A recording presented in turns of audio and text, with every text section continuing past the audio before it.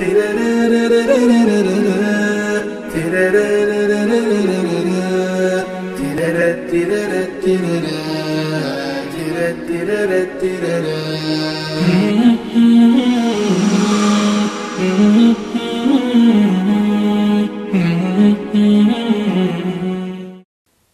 الله الرحمن الرحیم.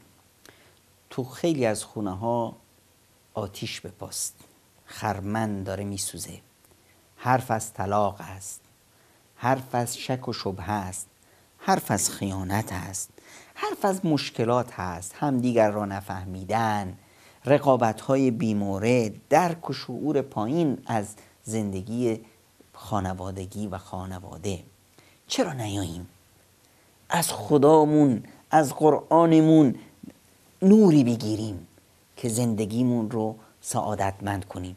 چه دعایی است که در قرآن و ما ازش غافلیم. اینو بذاریم رو دهنمون، روز شب این دعا رو بکنیم: ربنا هب لنا من ازواجنا و ذریاتنا قرة اعین واجعلنا للمتقین اماما.